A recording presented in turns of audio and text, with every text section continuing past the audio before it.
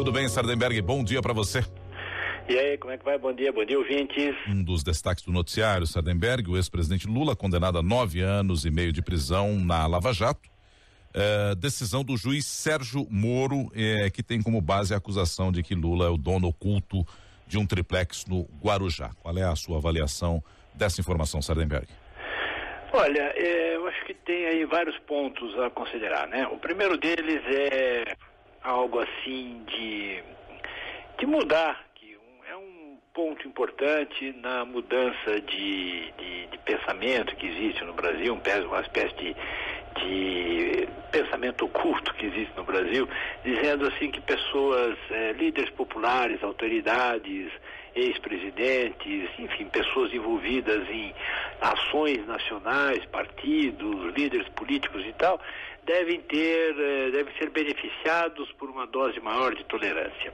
Considerada a importância que tem para o país, a liderança que tiveram ou que ainda têm, e considerado isso, essas pessoas deveriam ter, assim, ser objeto de mais tolerância das autoridades. É mais ou menos algo que você ouviu aí durante todo o processo, né? Inclusive declarações explícitas do PT dizendo que um líder como ele não pode ser preso em hipótese alguma, que qualquer decisão que não seja a absolvição seria um atentado político e tal. Isso era o que tinha, por exemplo, numa nota do PT. Quando, nas circunstâncias normais, não pode ser assim, né? Você tem a denúncia de um crime, o processo, a acusação, defesa e julgamento. Não importa qual é o status político da pessoa. Mas todo o entorno do julgamento foi colocado nessa direção de estamos falando de um líder político popular e que deve ser tratado de modo diferente. Aliás, como o próprio Lula uma vez se referiu ao Sarney na condição de ex-presidente, dizendo que como ex-presidente não poderia ser tratado como uma pessoa comum. Bom, o que aconteceu com o Lula é que ele está sendo tratado como uma pessoa comum. Quer dizer, é um líder político, mas, enfim, cometeu um crime, conforme a sentença, cometeu um crime e está sendo julgado.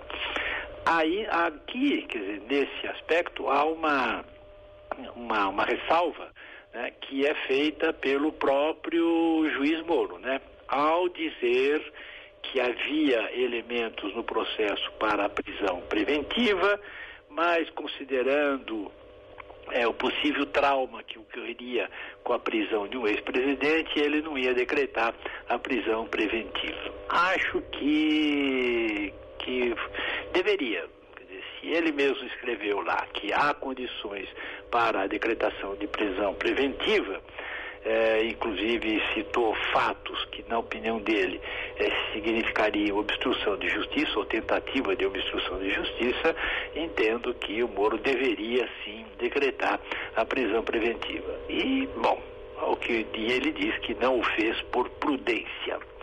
Agora, de todo modo, o processo está feito, está condenado, vai à segunda instância e foi tratado como um réu comum. A mesma coisa, queria fazer um paralelo, aliás é o tema da minha coluna de hoje no jornal O Globo, que fala da situação do presidente Temer, que muita gente, tem toda uma ala aí na política, na economia, que diz o seguinte, que é preciso deixar para lá essas acusações em torno do presidente Temer, porque em nome da sustentabilidade e da governabilidade e das reformas. Quer dizer, o processo de reformas está em andamento, então valeria a pena você tolerar um pouco as coisas que o presidente Temer é acusado, adiar pelo menos o seu julgamento, o processo, para poder tocar o processo de reformas. Acho errado também, acho errado esse tipo de tolerância, porque por condutas desse tipo, de tolerar os erros cometidos, a corrupção cometida por certos líderes políticos, é que a gente foi chegando a esse ponto. E fora aqui também, né, Sardenberg, a conversa gravada, por exemplo, foi em março, depois de tudo aquilo que a Lava Jato tinha mostrado, depois de todo o avanço que a gente tinha nessas investigações, parece que eles não aprendem, né? Pois é, parece que eles não aprendem e continuam sustentando a tese versões diferentes da mesma tese, que é o rouba mais faz, né? Que vem lá dos tempos de Adhemar de Barros e tal, passou muito pela época do Maluf, né? Que aliás agora está condenado a 7 anos de prisão e perda de mandato e não lhe acontece nada, né? Quer dizer, foi lá votar na Câmara dos Deputados, né? Ele foi condenado em maio a 7 anos de cadeia, regime fechado e perda de mandato.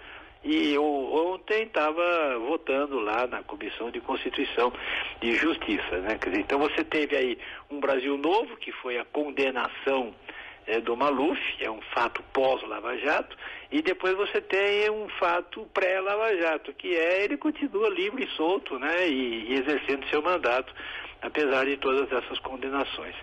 Então, eu acho que essa condenação do Lula é exemplar por causa disso, e também o processo de denúncia do presidente Temer avança e tem que avançar, porque se você chegar à conclusão que para que a reforma avance, para que o país avance, para que as lutas populares avancem, né, as lutas populares do Lula, para que as reformas avancem, você precisa tolerar um sistema de corrupção, aí o país está perdido, né?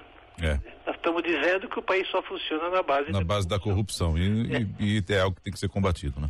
E esse sistema que funcionou na base da corrupção nos trouxe aonde? Nessa crise que nós estamos, que não esqueçamos, é uma crise econômica, né? Esse sistema de corrupção, de privilégio de determinadas empresas, de ter os empresários amigos do rei, amigos do governo, esse sistema destruiu a economia brasileira, destruiu o Estado, que está com as suas contas dilaceradas, né? E destruiu a moral da política e da economia.